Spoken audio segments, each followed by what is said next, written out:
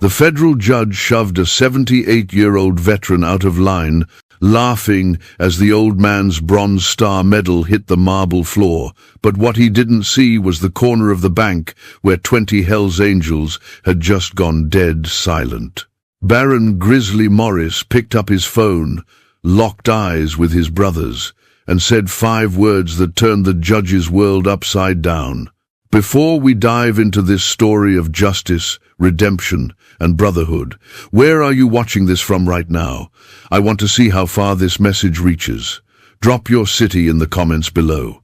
And if you believe respect should never be optional, no matter who you are or what title you hold, hit that subscribe button. You're about to join a community that stands for loyalty, honor, and the code of the road. Now, let's get into the story of how one arrogant moment in a bank became a national reckoning, and how 20 Hells Angels made sure a federal judge learned what his courtroom never taught him. Monday mornings at First National Bank in Orange County moved like clockwork, predictable, quiet, ordinary. The kind of ordinary that made people forget how fragile civility really was. Henry Ford stood near the back of the line, his 78-year-old frame steady but worn, like an old oak that had weathered too many storms. His hand rested gently on his wife Mary's arm. She was 76, silver-haired, and still called him soldier when she wanted him to smile. In his other hand, he clutched a small velvet box. Inside was his service medal from Vietnam. He'd carried it with him every pension day for the last 15 years, not out of pride, but out of remembrance. For the brothers who never made it home. The line moved slowly, the hum of counting machines mixed with hushed conversations and the metallic click of heels on polished tile. Normal, safe, civil. Then the doors opened, and arrogance walked in wearing a navy suit.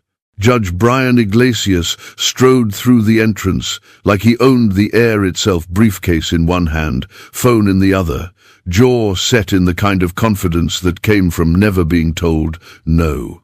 Federal clearance, he announced to no one in particular, his voice sharp enough to cut through the murmurs. I don't wait in lines. Heads turned. A few people stepped aside instinctively, trained by years of assuming authority deserved deference. But Henry didn't move. He just looked up, calm and polite, and said softly, "We all have to wait our turn, sir." The judge stopped, turned. His eyes narrowed like he'd just been insulted by furniture. "Excuse me?"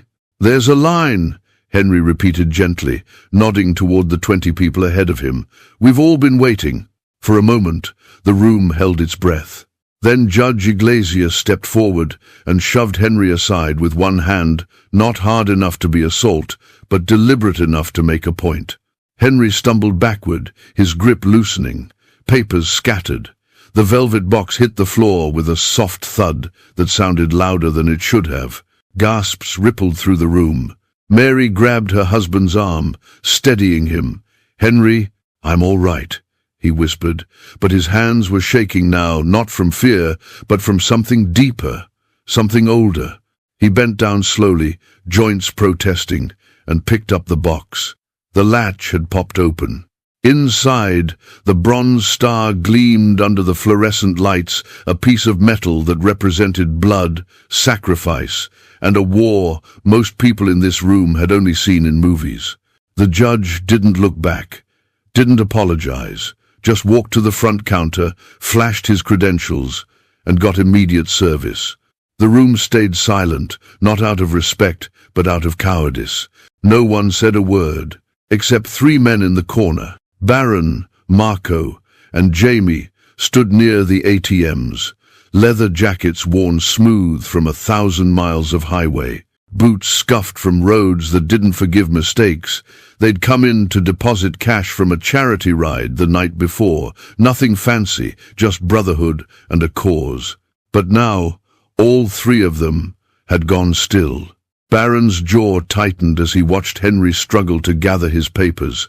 His father had been a Marine, had carried a medal just like that one, had died with it pinned to his chest in a VA hospital bed, surrounded by men who understood what it meant. "Did that man just push a veteran?" Barron muttered, voice low as distant thunder. Jamie's fists clenched at his sides. "Yeah." Marco's eyes tracked the judge as he finished his transaction, smug and untouched, and walked back toward the door like nothing had happened. Barron's hand moved to his phone. One text. That's all it would take. 20 brothers could be here in 10 minutes. They could handle this the old way, fast, brutal, final. But then he looked back at Henry. The old man had gathered his papers, closed the medal box, stood up with quiet dignity, his wife beside him, neither of them making a scene, just enduring, the way soldiers learn to endure. Barron's hand lowered. "Not here," he said quietly. "Not like this." Jamie turned, confused. "Barron, you saw—" "I saw," Barron interrupted, voice calm but edged with steel. "And so did everyone else in this room.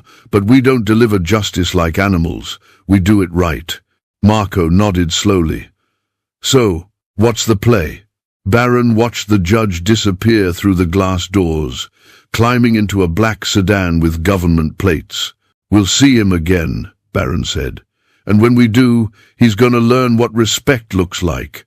The three men walked out of the bank without another word, leaving behind a room full of people who'd witnessed injustice and done nothing. But outside, in the parking lot, the sound of motorcycle engines rumbled to life, low, steady, deliberate, not loud enough to be a threat, just loud enough to be a promise. The clubhouse sat on the edge of Orange County, tucked between an auto shop and a stretch of industrial warehouses that had seen better decades. Inside, it smelled like motor oil, worn leather, and the kind of coffee that had been sitting on the burner too long. Barron sat at the head of a scarred wooden table that had hosted 1,000 conversations about roads traveled, brothers lost, and battles fought both on foreign soil and American streets. His hands were folded, his jaw set, his eyes fixed on the phone lying face up in the center of the table. Around him, 20 angels had gathered. Some leaned against walls, others straddled chairs backward. All of them wore the same expression, controlled fury, barely held in check by the code they'd sworn to live by. Marco stood near the window, arms crossed, tattoos dark against his forearms. Jamie paced near the door, unable to sit still. And Tina, Jamie's girlfriend, a freelance photographer who'd been at the bank for a story on small business loans, sat quietly in the corner, her phone in her hand. "Play it again," Barron said, his voice low and even. Tina swiped the screen. The video started. The angle was perfect, shot from her seat by the window, capturing the entire scene. Judge Iglesias storming in, barking about federal clearance, Henry's polite objection, the shove, the stumble, the papers scattering like leaves. And then, the moment that made every man in the room tense up, the small velvet box tumbling to the marble floor, popping open mid-fall, the bronze star, inside, catching the fluorescent light as it skittered to a stop near the judge's expensive shoes. The judge didn't even glance down, just kept walking. The video ended. Silence filled the room like smoke. Barron leaned back slowly, fingers drumming once on the table. "That ain't just an old man." "No, it's not," Marco said from the window. "That's a soldier." Jamie stopped pacing.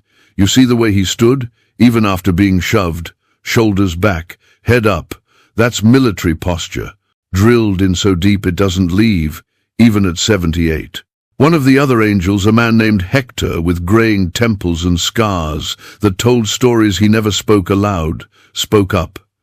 "That medal, I know that medal." Everyone turned. "Bronze Star," Hector said quietly. "My father had one. Vietnam. You don't get that for showing up and doing your job. You get that for courage under fire. For saving lives when bullets are flying and the world's falling apart around you. Baron's fist came down on the table, not in rage, but in decision, the kind of measured force that said the discussion was over and the action had begun. And that judge, Baron said, voice like gravel, walked past it like it was trash on the sidewalk. Tina looked up from her phone. "What do you want me to do with this?" Baron met her eyes. "Post it." She hesitated. "You sure? This could blow up. I mean really blow up. We're talking national news, social media, wildfire, the whole thing." "Good," Baron said. "Let it burn. Let the whole damn country see what happens when power forgets where it came from." Tina nodded and started typing. Caption first. He pushed a veteran out of line and 20 men stood up for him. Then hashtags. Number justice for Henry. Number respect the line. Number the angels watched. Number never forget. She hovered over the upload button for just a second, then pressed it. The room held its breath. The view counter started ticking. 47 views. Then 150. Then 380. "It's moving," Tina said softly. Within 20 minutes, it hit 2,000 views. By the time the sun dipped below the horizon, it had crossed 10,000. And by midnight, when most of the angels had gone home to sleep, the video was trending in 3 states. Baron didn't go home.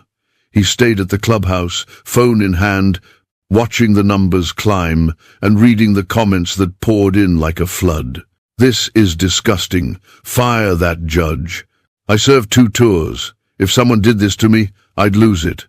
That old man has more restraint than I ever could. Where are these bikers? I want to buy them all a beer. Respect the sacrifice. Period." Jamie came back around 2 a.m., unable to sleep. He found Baron still sitting at the table, the glow of his phone illuminating his weathered face. "It's at 1.2 million, Jamie said, setting down 2 beers. Baron didn't look up, just nodded. "So what's the play?" Jamie asked, sitting across from him. "We roll up on him, make him understand what fear feels like." Baron finally set the phone down and looked his brother in the eye. "No. No? Fear doesn't teach, Jamie. It just makes people hide who they really are. They learn to avoid consequences, not face them. They learn to be careful, not respectful." Jamie frowned. "Then what do we do? Let it go?" "Hell no," Baron said, a cold smile touching his lips. "We make him face what he did. In public.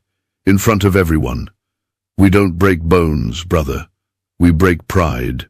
Jamie leaned back, grinning now. "I like the way you think." Baron picked up his phone and opened the group chat. 20 brothers, all patched members, all veterans of roads that didn't forgive and nights that didn't forget. He typed one message. "Courthouse, tomorrow morning, 8 a.m., full colors. We're making a statement.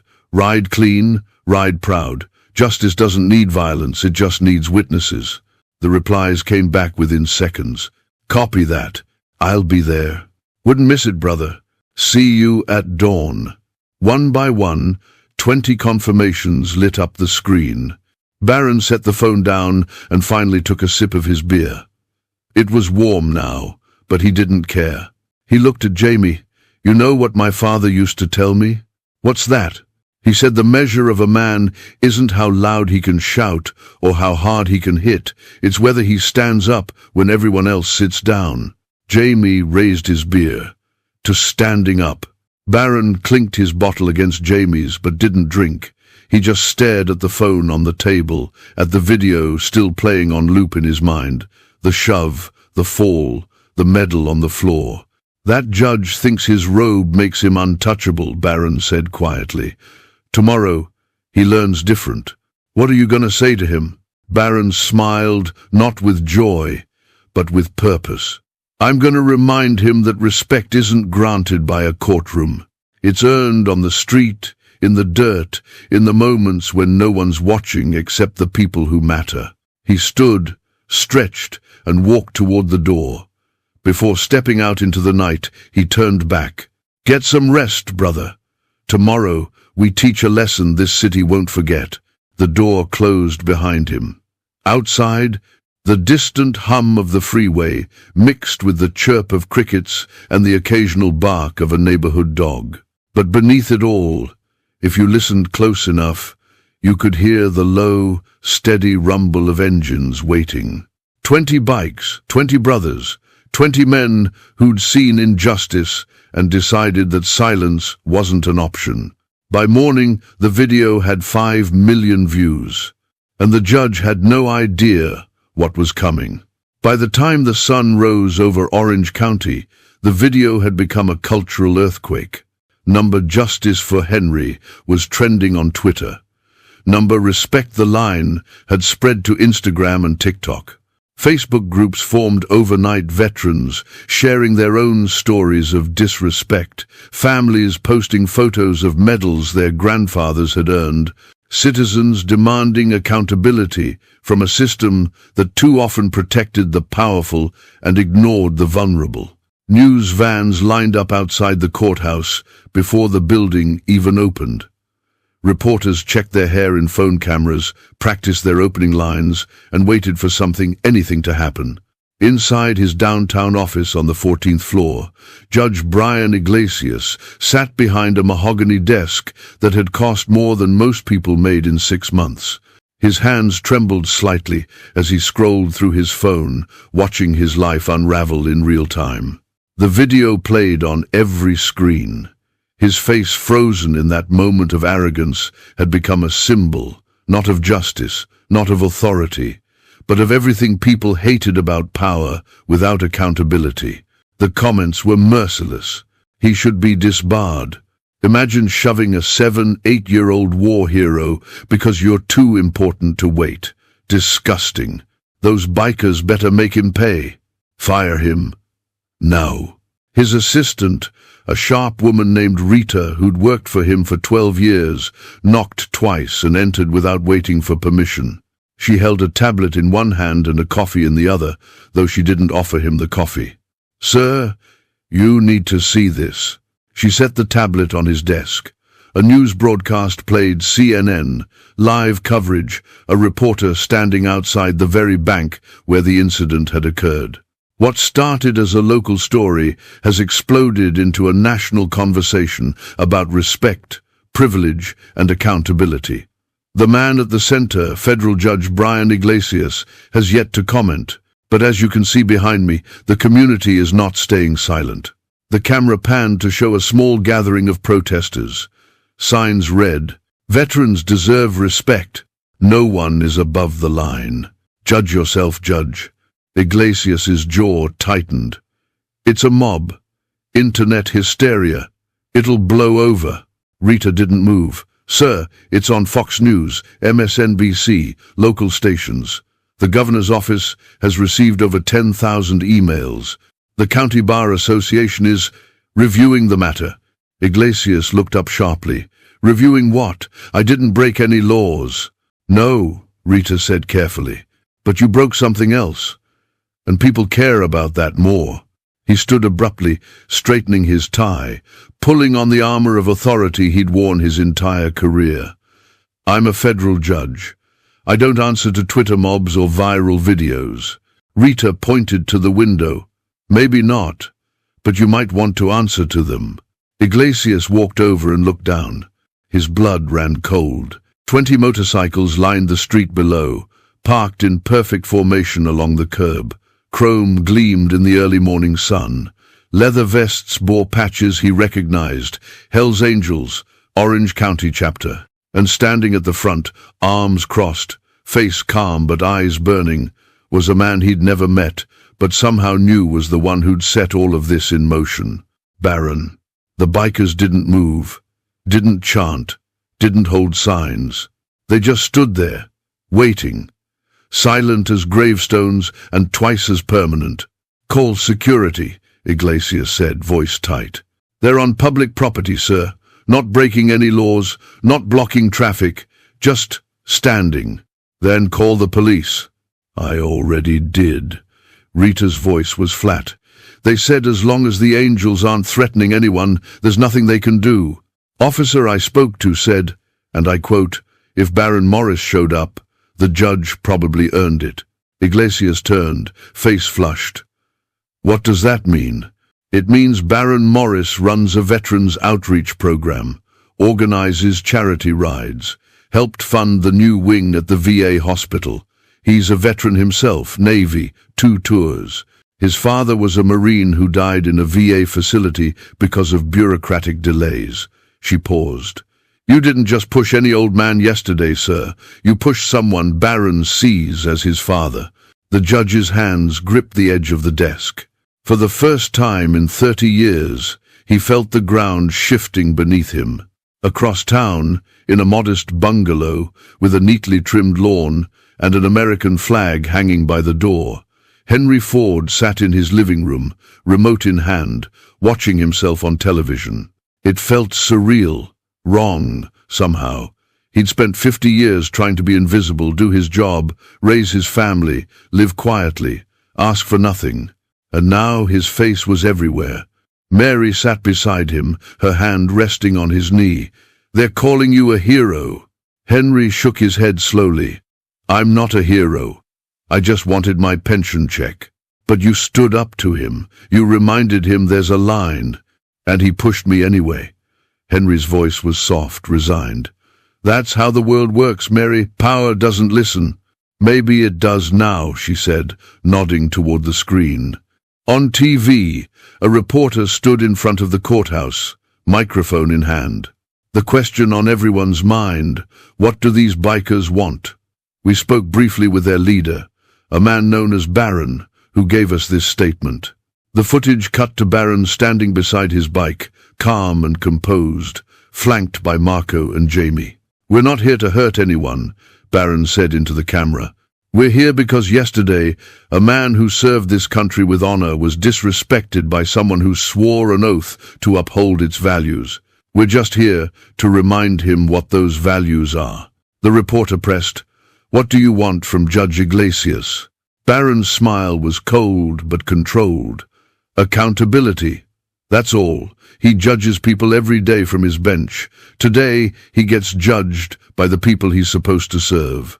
The broadcast cut back to the studio, where talking heads began dissecting the situation, some defending the judge's right to due process, others applauding the bikers for standing up when no one else would. Henry exhaled slowly and set the remote down. Mary squeezed his hand. Those men, they're doing this for you. I didn't ask them to. You didn't have to. Henry stared at the small velvet box on the coffee table, the medal he'd carried through jungles and across oceans, through firefights and loss, through decades of silence about things too heavy to speak aloud. They're good men, he said quietly. So are you, Mary replied. Outside their window, the distant rumble of engines echoed through the neighborhood, more bikes arriving, more brothers answering the call. The city was watching. The country was watching, and somewhere in a courthouse office 14 floors above the street, a federal judge stared out the window at 20 silent warriors and realized, for the first time in his life, that power without respect was just arrogance waiting to crumble. End of Chapter 3. Engines, Chapter 4. The Engines of Justice. The courthouse steps had never felt so exposed. Judge Brian Iglesias stood at the top, briefcase in hand, trying to project the authority that had carried him through 3 decades of courtroom battles. But today, the steps felt like a stage, and he was no longer the one writing the script. Below him, the scene was chaos wrapped in eerie calm. 20 motorcycles lined the street, parked with military precision. Behind them, a crowd had gathered, reporters with cameras, curious onlookers with phones, veterans wearing old unit patches, and citizens who'd come because they'd seen the video and wanted to witness what happened next. At the center of it all stood Baron, 6'2", broad-shouldered, gray streaking through his beard like wisdom earned the hard way. His leather vest was worn smooth from years on the road, patches stitched on with care, places he'd been, brothers he'd lost, causes he'd served. Beside him, Marco held something in his hands, a small velvet box, Iglesias descended the steps slowly. Each footfall echoed in the silence, amplified by the dozen microphones pointed his direction and the 100 eyes tracking his every move. When he reached the bottom, Barron stepped forward. "Judge Iglesias," Barron said, voice carrying across the crowd like a closing argument, "you dropped something yesterday." He nodded to Marco, who opened the box. The bronze star gleamed in the morning sunlight, gold edges, red and blue ribbon, a symbol of courage that most people would never understand and fewer would ever earn. "Along with your dignity," Barron added. Gasps rippled through the crowd. Cameras flashed. Phones recorded from every angle. Iglesias's face flushed red, a vein pulsing in his temple. "This is harassment. I could have every one of you arrested." "For what?" Barron asked calmly. "Standing on public property? Returning a medal you knocked to the floor?" "I didn't knock." Iglesias stopped himself, realizing the trap.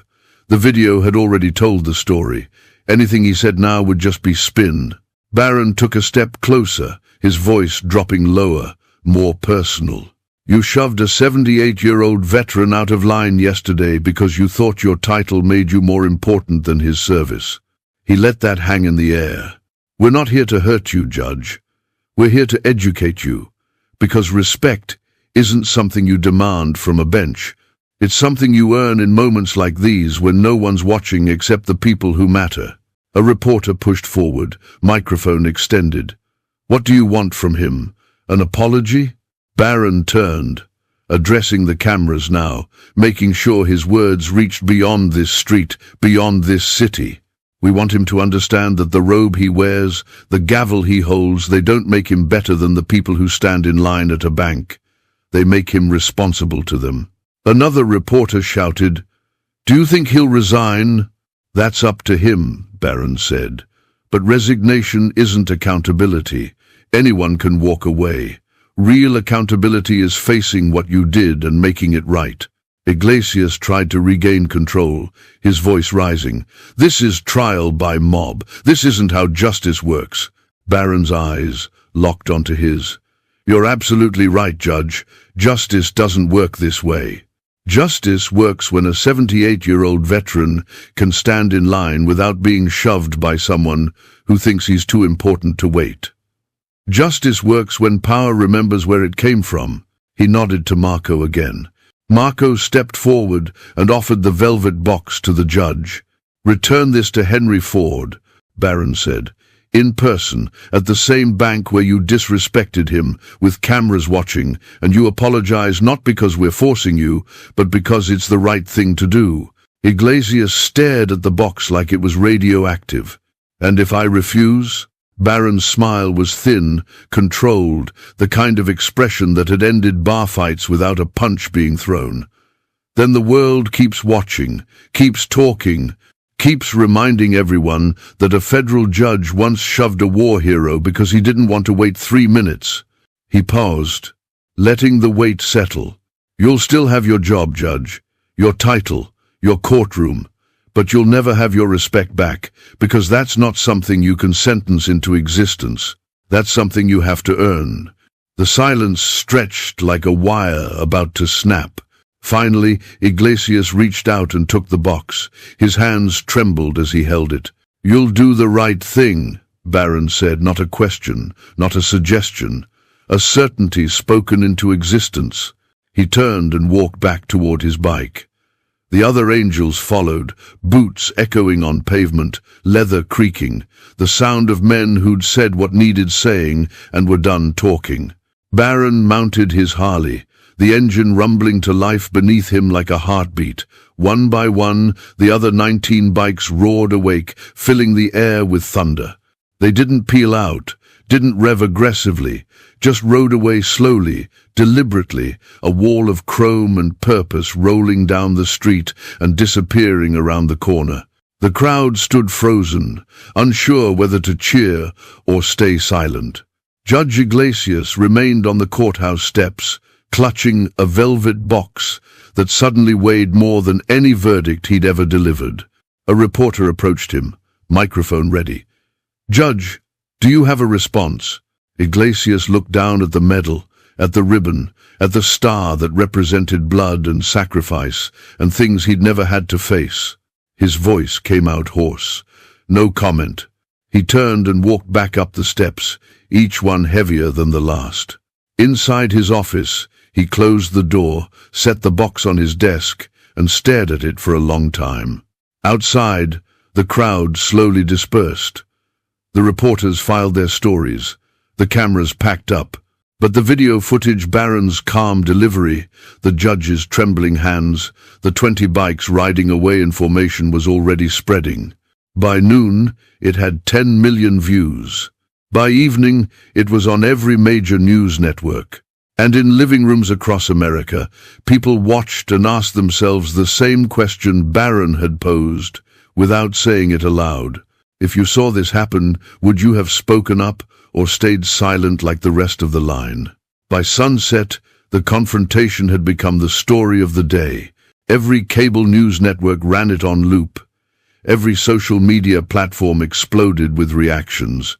The video of Barron handing the medal back to the judge, his calm voice, the judge's shaking hands, the 20 bikes rumbling away like justice on wheels, became the most shared content in the country. The comments sections turned into battlegrounds. Those bikers are heroes. More integrity in their leather than in that judge's robe. This is mob justice. What happened to due process? Due process? He shoved a 7-8-year-old veteran. Where's the due process for respect? Judge should resign immediately.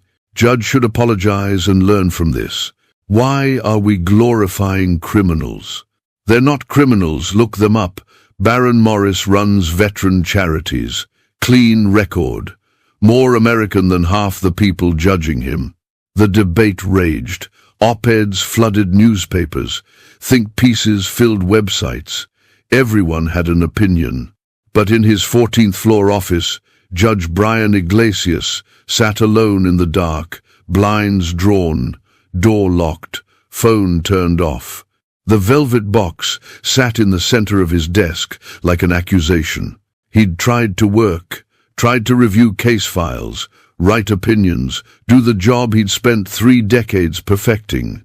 But every time he looked at the papers, he saw Henry's face, the stumble, the scattered documents, the medal hitting the floor, a knock at the door. "Go away," Iglesias said. The knock came again, persistent. He stood, walked over, and opened it to find Rita standing there with a folder and an expression he couldn't quite read. "I said go away." "The governor's office called," Rita said, stepping inside without invitation. "They're concerned." Iglesias laughed bitterly. "Of course they are. Bad optics. Election year coming up.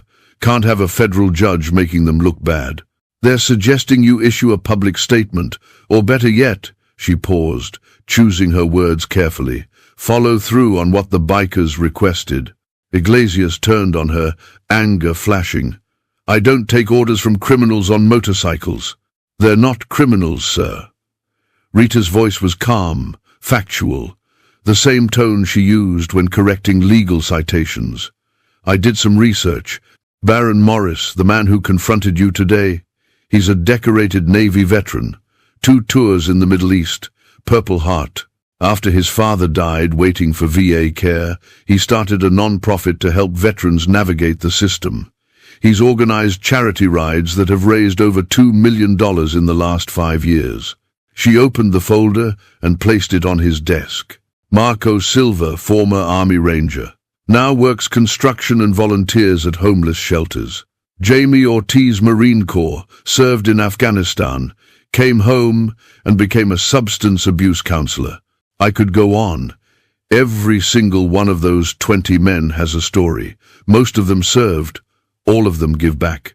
Iglesias stared at the folder but didn't touch it. "You didn't push some random old man yesterday, sir," Rita continued. "You pushed someone Barron sees as his father. You disrespected the very people he's dedicated his life to protecting." "I didn't know." "Exactly," Rita interrupted, something harder entering her voice now. "You didn't know. You didn't see him. You saw an obstacle, an inconvenience, someone beneath you. Iglesias' face went pale. Rita stepped toward the door, then paused. I've worked for you for 12 years, Judge. I've watched you deliver fair verdicts, hold people accountable, demand respect for the law. But somewhere along the way, you forgot that respect goes both ways. She left, closing the door softly behind her. Iglesias stood alone in the dark, the weight of 30 years pressing down on shoulders that suddenly felt too narrow to carry it.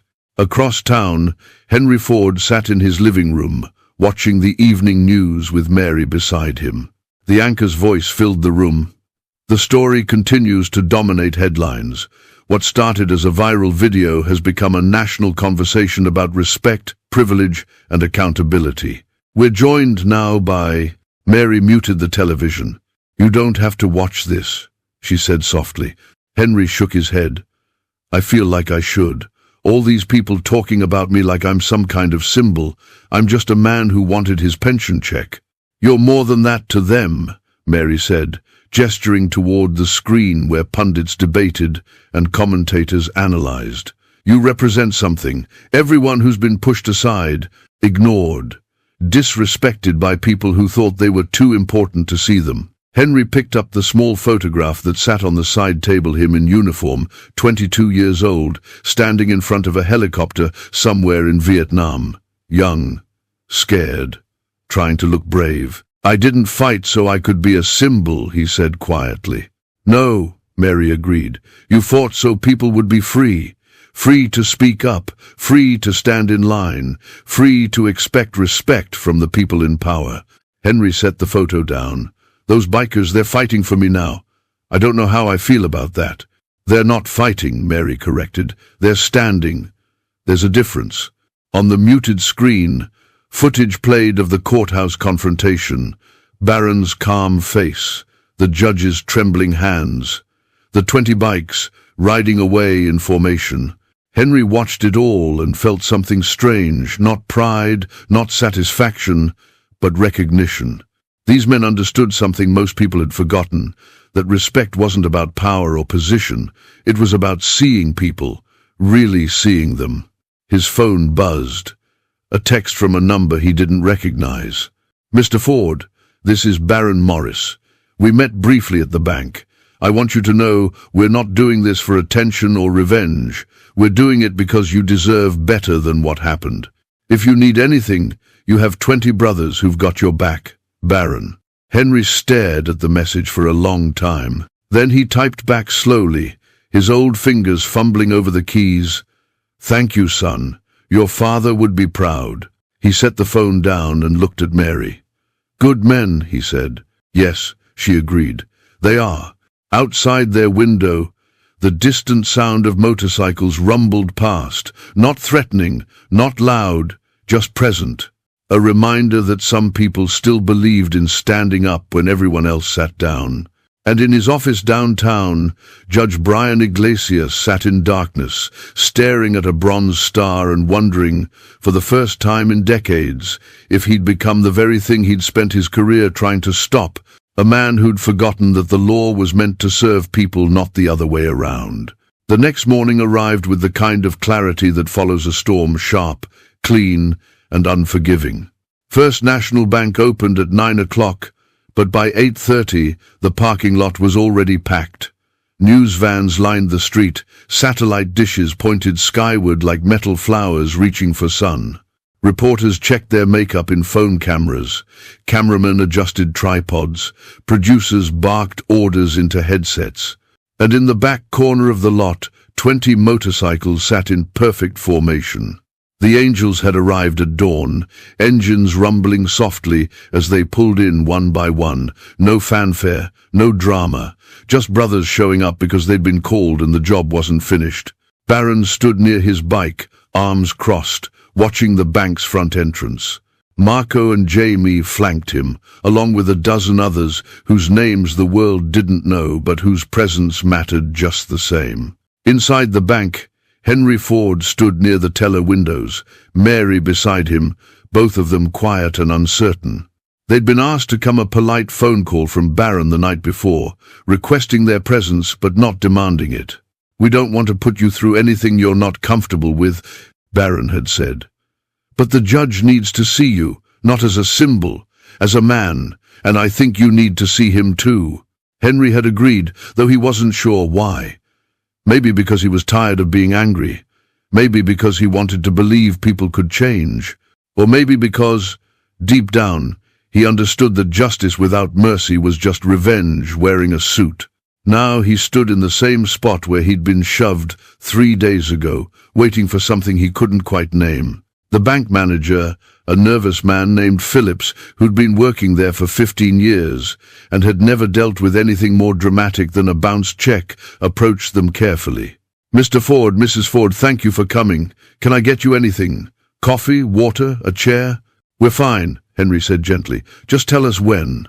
Phillips nodded and retreated to his office, where he watched the parking lot through blinds he'd closed halfway, as if that might somehow reduce the spectacle unfolding outside his workplace. At 8:50, a black sedan pulled into the lot. The crowd shifted. Cameras turned. Reporters surged forward. Judge Brian Iglesias stepped out, wearing slacks and a simple button-down shirt. No suit today, no tie, no armor of authority. Just a man carrying a velvet box and the weight of his own mistakes. He walked slowly through the crowd, ignoring the shouted questions, the microphones thrust in his direction, the flash of cameras capturing every step. His face was pale, his jaw set, his hands gripping the box like it was the only solid thing in a world that had gone liquid beneath his feet. Baron stepped forward as the judge reached the entrance. "Judge," Baron said quietly. "He's inside, waiting." Iglesias nodded, unable to speak. "One thing before you go in," Baron added. "This isn't about humiliation, it's about accountability. There's a difference. Humiliation tears people down. Accountability builds them back up. Remember that." The judge looked at him, really looked at him, and for the first time saw not a threat but a teacher. He walked inside. The bank had gone completely silent. Customers stood frozen. Tellers stopped mid-transaction. Even the hum of the fluorescent lights seemed muted, as if the building itself was holding its breath. Henry turned slowly. Their eyes met across 20 feet of marble floor. For a moment, neither man moved.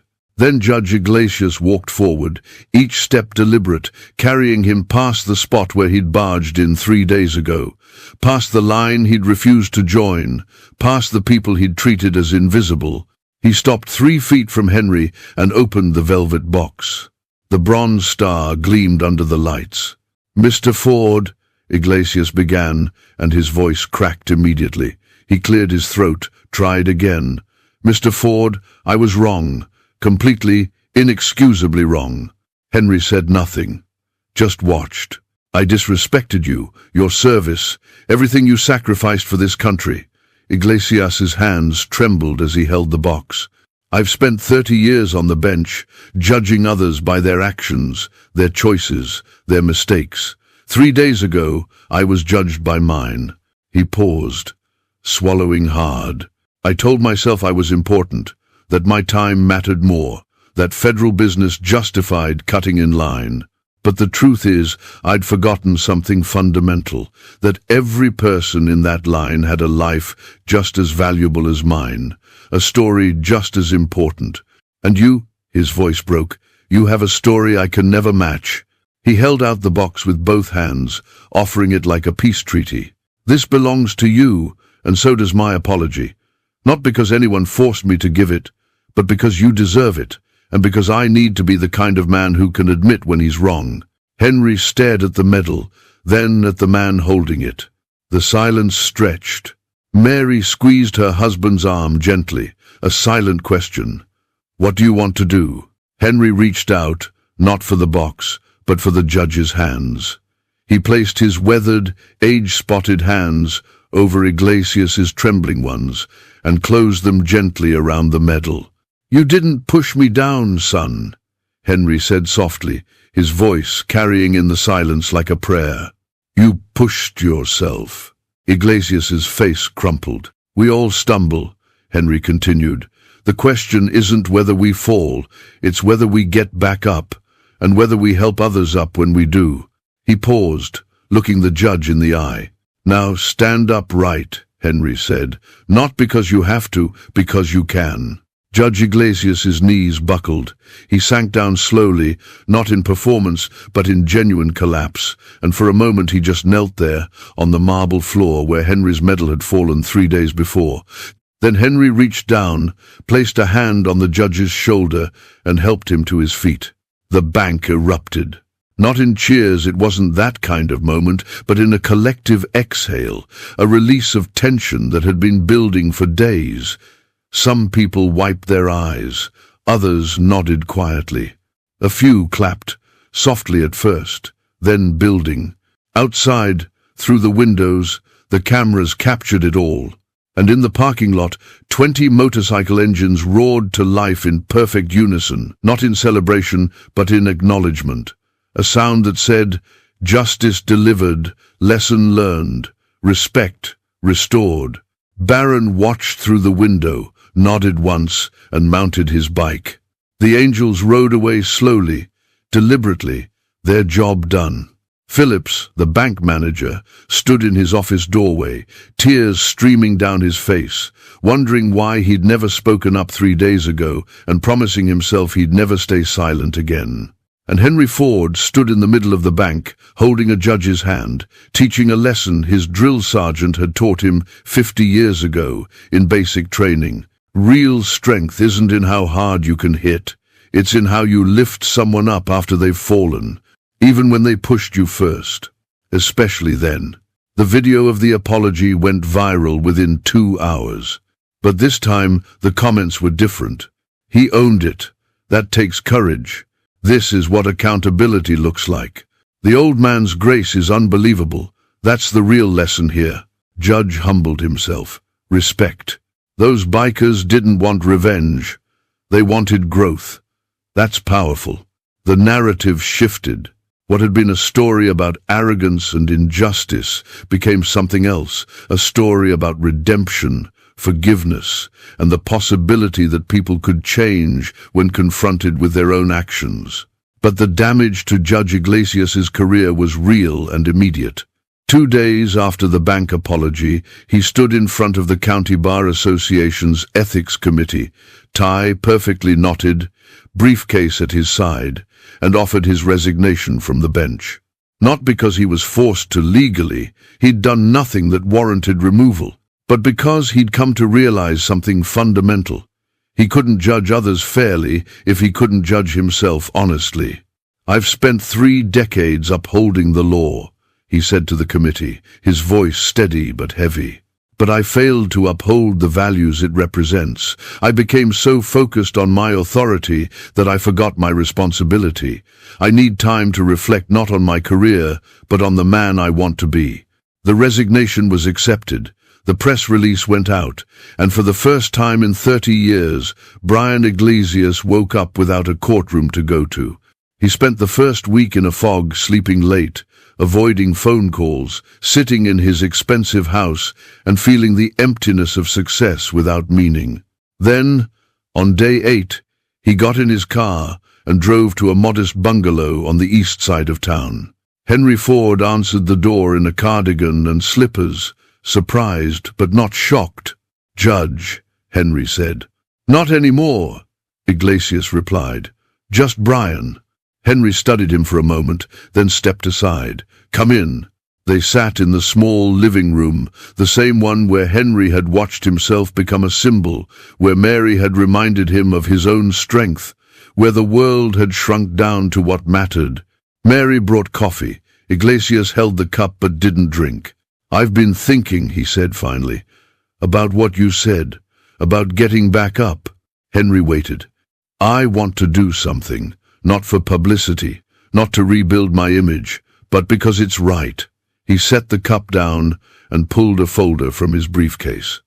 "I'm starting a foundation for veterans, to help cut through the bureaucratic red tape that keeps people like you waiting in line for benefits you earned 50 years ago.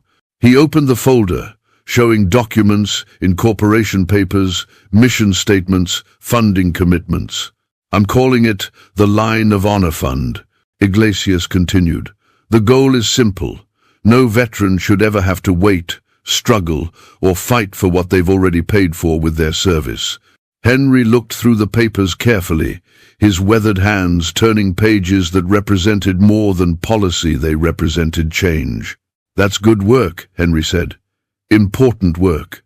I want you to be part of it," Iglesias said. "Not as a figurehead, as a board member, someone who actually knows what veterans face because you've lived it." Henry raised an eyebrow. "You want me on your board? I want your wisdom on my board. There's a difference." Mary appeared in the doorway, arms crossed, protective. "And what's in it for you, Judge? Sorry, Brian?" Iglesias met her eyes. "A chance to serve instead of sentence, a chance to help instead of judge, and maybe, if I'm lucky, a chance to earn back a fraction of the respect I threw away."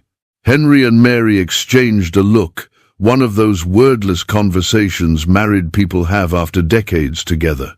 Finally, Henry spoke. "I'll do it, on one condition. Name it. At every board meeting, you stand at the back of the line, figuratively and literally. You listen before you speak. You serve before you lead. You remember where you were 3 weeks ago and make sure you never go back." Iglesias nodded slowly. "That's fair." Henry extended his hand. "Then let's build something worth standing for." They shook, not as judge and veteran, not as powerful and powerless, but as two men learning what respect really meant. Mary watched from the doorway and smiled. Outside, the distant rumble of a motorcycle rolled past Baron, riding solo on his way back from a charity event, slowing just enough to glance at the house. He saw the handshake through the window, nodded once, and rode on. The work was never done, the road never ended. But sometimes, justice looked like two men sitting in a living room, drinking coffee and deciding that growth mattered more than pride. 3 weeks later, the Line of Honor Fund held its first official meeting in a rented community center. 12 people sat around a folding table, veterans from 3 wars, advocates who'd spent years fighting the system, and 2 men who'd learned the hard way that respect was the foundation of everything else. At the head of the table sat Henry Ford, quiet but present. At the back of the room, taking notes and listening more than he spoke, sat Brian Iglesias. And in the parking lot outside, a single Harley sat alone, Baron's bike, engine cooling, chrome gleaming in the afternoon sun. He'd stopped by to see if the meeting happened, to see if the judge followed through. He didn't go inside, didn't interrupt, just confirmed it was real, then rode away. Some justice needed thunder, some needed silence, and some just needed time. 6 weeks after the push heard round the internet, the Line of Honor Fund held its official public launch. The location was deliberate, the courthouse steps where judgment had been demanded and accountability delivered, where 20 motorcycles had rolled up like justice on wheels and a federal judge had learned that respect couldn't be demanded, only earned. Now those same steps had been transformed. A stage sat at the top, draped in red, white, and blue bunting. Speakers flanked both sides. Rows of chairs faced the podium, filled with veterans wearing unit patches, families holding photos of loved ones who'd served, and citizens who'd followed the story from viral video to this moment of redemption. News cameras lined the perimeter, not for scandal this time, but for closure. And in the parking lot, 20 motorcycles sat in formation once again. But this time, they were invited. Baron stood near his bike, arms crossed, watching the crowd gather. Marco and Jamie flanked him, along with the rest of their brothers who'd answered the call 6 weeks ago and had stayed committed to seeing this through. "Think he'll actually show?" Jamie asked quietly. "He'll show," Baron said with certainty. "He's learned the difference between obligation and commitment." At 9 o'clock, Henry Ford took the stage, moving slowly but steadily, Mary beside him. The crowd rose to its feet not in obligation, but in respect. The kind of respect that came from seeing someone endure humiliation with grace and respond with forgiveness instead of rage. Henry raised a hand, and the crowd quieted. "I'm not a public speaker," he began, his voice soft, but carrying in the morning air. "I'm just a man who stood in a line and got pushed. That shouldn't be newsworthy." But it became a moment that reminded us all of something we'd forgotten. He paused, looking out at the sea of faces. Respect isn't about power. It's not about titles or positions or how much money you have. It's about seeing people, really seeing them, and remembering that everyone you meet is carrying something heavy, even if you can't see the weight. He gestured toward the back of the stage, where Brian Iglesias stood waiting, wearing simple clothes and an expression of humble determination. "This man pushed me 6 weeks ago, and in doing so, he pushed himself into a reckoning. But what happened after matters more than what happened that day." Iglesias stepped forward, and the crowd went silent, some in judgment, some in curiosity, all in attention. "The law teaches order," Iglesias began, his voice steady despite the tremor in his hands. "It teaches structure, consequences, but it doesn't always teach respect. That's something I had to learn the hard way." He looked at Henry. "This man reminded me that the robe I wore, the gavel I held, the title I carried, none of it made me better than anyone else. It made me responsible to everyone else." He turned back to the crowd. "I resigned from the bench because I couldn't judge others fairly if I couldn't judge myself honestly. And I learned that real justice isn't about punishment. It's about restoration. It's about building people up instead of tearing them down." He gestured to a banner behind him that had been covered until now. 2 volunteers pulled the covering away, revealing the foundation's logo, a bronze star overlaid with the words, "The Line of Honor Fund." "This foundation exists because I was wrong," Iglesias continued. "Because Henry Ford showed me grace I didn't deserve, and because 20 men on motorcycles refused to let injustice fade into silence." He looked toward the parking lot where Baron and the angels stood. "They didn't break bones, they broke pride, and in doing so they taught me what the law never could, that accountability without mercy is just revenge, and mercy without accountability is just empty words." Baron nodded once from across the way. Iglesias turned back to the crowd. "The Line of Honor Fund is my commitment not to rebuild my reputation, but to rebuild my character. We're going to help veterans navigate the system that's failed them. We're going to cut through red tape. We're going to make sure no one who served this country ever feels invisible again." The crowd began to clap, slowly at first, then building. Iglesias raised his hand, and the applause quieted. "But there's one more thing I need to do," he said. He walked to the center of the stage, where Henry stood waiting. And then, for the second time in 6 weeks, Brian Iglesias knelt. This time, not in collapse, not in desperation, but in genuine humility. "Thank you, Mr. Ford," he said, looking up at the old veteran, "for judging me without hate, for teaching me that strength looks like forgiveness, and for giving me a chance to be better than I was." Henry reached down and pulled him to his feet, just as he had in the bank. "Now get to work, son," Henry said softly. "You've got lives to serve." The crowd erupted not in cheers, but in something deeper, relief, hope, the sound of people witnessing something rare, genuine transformation. Cameras flashed, capturing the moment. But the image that would matter most, the one that would hang in the Foundation's office for years to come, was already being taken by Tina, standing on the side with her professional camera. Henry Ford and Brian Iglesias shaking hands under the American flag. Behind them, 20 Hells Angels standing with arms crossed, faces proud, leather vests bearing patches that told stories of roads traveled and lessons learned. And beneath them all, the courthouse steps, no longer a symbol of judgment, but of redemption. After the ceremony, reporters swarmed Baron. "Why did you do this?" one asked. "What did you get out of it?" Baron looked at the reporter, then at the stage where Henry and Iglesias were now talking quietly, with veterans lining up to share their stories. "Real men don't need gavels to deliver justice," Baron said. "And respect doesn't need laws. It just needs people willing to stand up when everyone else sits down." Another reporter pressed, "Do you think the judge has really changed?" Baron glanced at Iglesias, who was kneeling beside an elderly woman in a wheelchair, listening to her story about delayed VA benefits, taking notes, promising to help. "I think he's learning," Baron said. "And that's all any of us can do, learn, grow, and try to leave the road better than we found it." He walked away before more questions could come, the sound of his boots echoing across the pavement. The angels mounted their bikes, engines rumbling to life, one by one.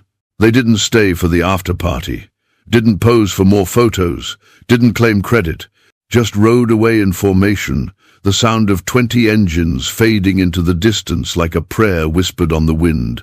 Some victories didn't need trophies. Some justice didn't need applause. Some lessons just needed to be lived. 6 months later, the Line of Honor Fund had processed over 300 veteran cases, benefits expedited that had been stuck in bureaucratic purgatory for years, housing secured for families who'd been living in cars, medical care delivered without the endless maze of forms and denials. The foundation operated out of a modest office in a strip mall between a barber shop and a Vietnamese restaurant. Nothing fancy, nothing designed to impress donors or win awards, just a place where work got done. Henry Ford came in every Tuesday and Thursday, not as a figurehead but as a volunteer. He'd sit with young veterans who reminded him of himself 50 years ago, scared, struggling, trying to figure out how to translate combat skills into civilian survival. He'd listen to their stories, share his own when it helped, and remind them that asking for help wasn't weakness, it was wisdom. Brian Iglesias worked behind the scenes now, using his legal knowledge to navigate VA systems, his connections to cut through red tape, his 3 decades of courtroom experience to advocate for people who'd been advocating for themselves for too long. He no longer wore suits, no longer carried himself with the authority of the bench, just showed up, did the work, and stood at the back of every board meeting like he'd promised. One Thursday afternoon, as Henry was preparing to leave, Iglesias stopped him. "I never properly thanked you," the former judge said. Henry looked up from his coat. "For what?" "For not giving up on me. You could have let the world bury me, let the internet tear me apart, let my career end in disgrace. Instead, you gave me a chance to stand up." Henry smiled, the kind of smile that had survived jungles and decades, and a world that often forgot what mattered. "We all stumble, son. What matters is whether we get back up, and whether we help others up when we do." He buttoned his coat. "Besides, you're doing good work now. That's worth more than any apology." Iglesias nodded, throat tight. "I just hope it's enough." "It's a start," Henry said. "And sometimes that's all we get a chance to start again and do better." He walked toward the door, then paused. "Oh, and Brian, stop trying to earn forgiveness. You already have it. Now just live like you deserve it." The door closed softly behind him. Iglesias stood alone in the small office, surrounded by case files and thank you letters from veterans whose lives had changed because someone finally saw them. On the wall behind his desk hung a framed photograph, the one Tina had taken at the foundation launch.